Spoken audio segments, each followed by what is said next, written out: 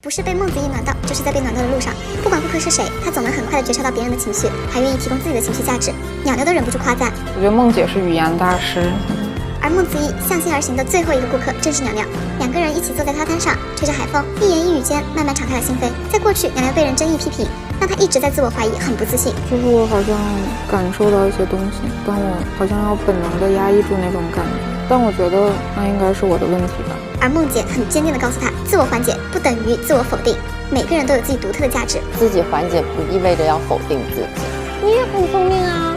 你想，我们在这里一起录节目，说明我们都是同样的呀，我们只是在不同的领域而已。你也是你这个领域的佼佼者啊，你就是有自己的不可替代性，你就是很不一样。听完一瞬间被救赎，好像自己一直以来的焦虑也得到了最好的回答。